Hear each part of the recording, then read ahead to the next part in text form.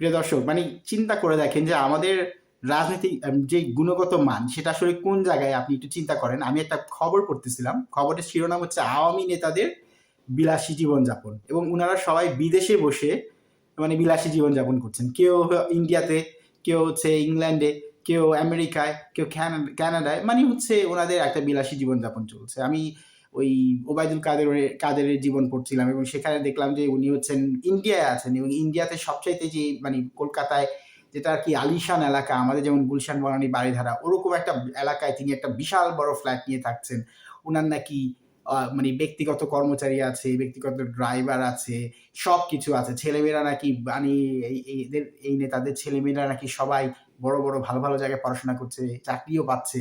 মানে ওনাদের আলিশান জীবনের কোনো পরিবর্তন ঘটে নাই। উনারা দেশে থাকতেও আলিশান জীবনযাপন করতেন, বিদেশে গিয়েও আলিশান জীবনযাপন করতেছেন। তো মানে যারা বড় বড় নেতা আছেন তাদের জীবনে কি কোন মানের কি কোনো পরিবর্তন ঘটছে? ঘটে নাই। তারা তাদের টাকা আগেই পাচার করে রাখছেন, তারা তাদের বিদেশে যাওয়ার ব্যবস্থা আগেই করে রাখছেন।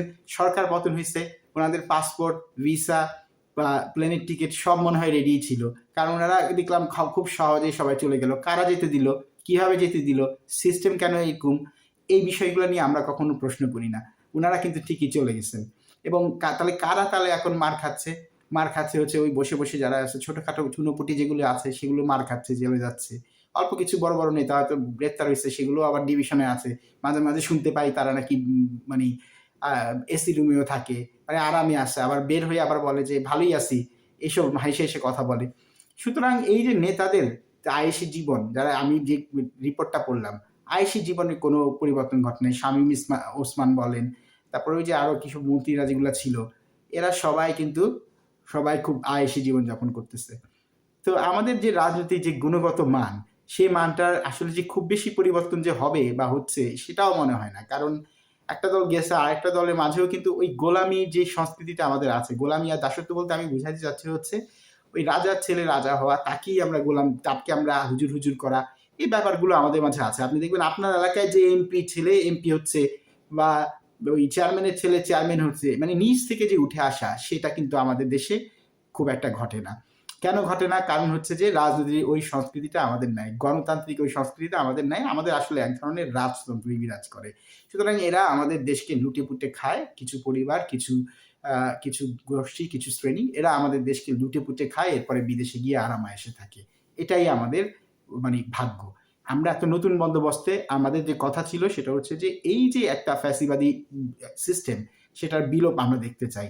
এখন নতুন যে রাজনৈতিক দল যারাই আপনারা ক্ষমতায় আসবেন, আপনারা কি এটার বিলোপ করবেন, নাকি আপনারা আসলে এই সংস্কৃতিটাকেই আসলে আবার মানে এই ধারাবাহিকতা এটাই চলতে থাকবে? যদি এটা চলতে থাকে ভাই, তাহলে না সাধারণ মানুষ কিন্তু এবার খুব বেশি দিন আপনাদের সময় দিবে না। অতএব এটা মাথায় রাখেন।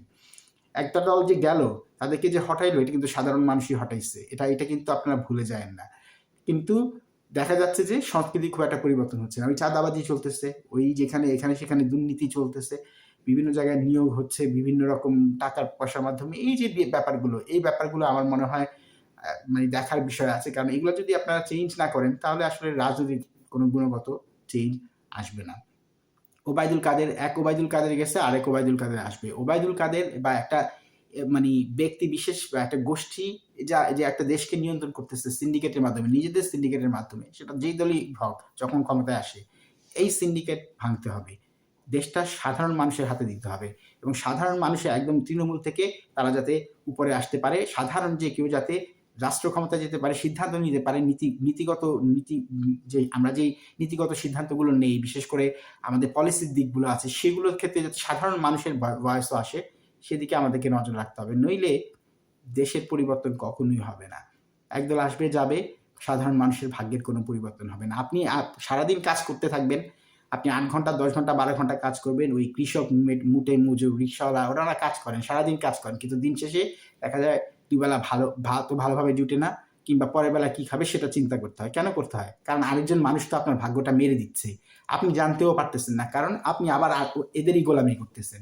এই গোলামির সংস্কৃতি যতদিন পরিবর্তন না হবে, যতদিন আমরা এদেরকে হুজুর হুজুর করবো, ততদিন পর্যন্ত আমাদের ভাগ্যে, সাধারণ মানুষের ভাগ্যের কোনো পরিবর্তন ঘটবে না, দেশটা এমনই থেকে যাবে। প্রিয় দর্শক, আপনারা সবাই ভালো থাকবেন। আগামী ভিডিওতে নিশ্চয়ই আবার দেখা হবে। ধন্যবাদ সবাইকে।